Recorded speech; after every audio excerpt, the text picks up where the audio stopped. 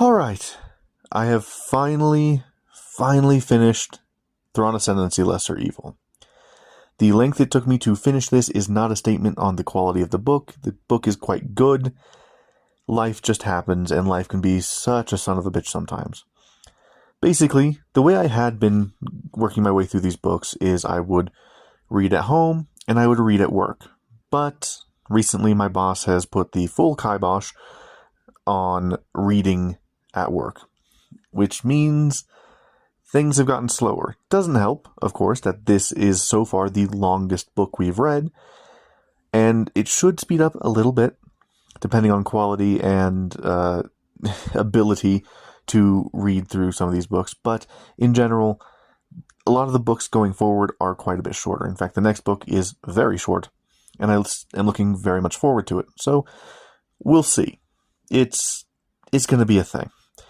Anyway, as for this story, it is very good. It wraps up all of the plot threads that have been building since the first book and all the way through the second book. We finally get so many answers to so many questions. There's a few things that are still frustratingly not answered. And I think it's because Timothy Zahn, I don't know, he just kind of skirts away from putting relationships in his books, it seems. Which is fine, author's choice.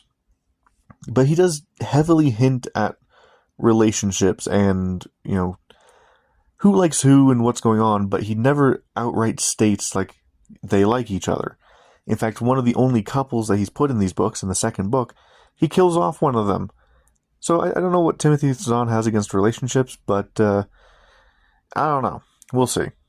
I'm very excited to see what happens to Thrawn in the future of Star Wars, but I'm very sad and worried that it's not going to be a happy ending for Thrawn, and the question of what happens to the Ascendancy is going to be up in the air eternally. I still have yet to watch Ahsoka, so I won't fully know, for a good while. And I know that he's supposed to be the main bad guy of the upcoming Mandalorian and Grogu movie. So, we'll see then. Anywho, I do love these books. I highly recommend them. They dip a little bit in the second book, and this book can get a little bit frustrating at times for like the first half of it. But it gets better by the end. Anywho, with that said, we can finally move on to Mal Goes to War by Edward Ashton. This is by the author of Mickey 7, which is being adapted into the movie Mickey 17. Let's finally get started.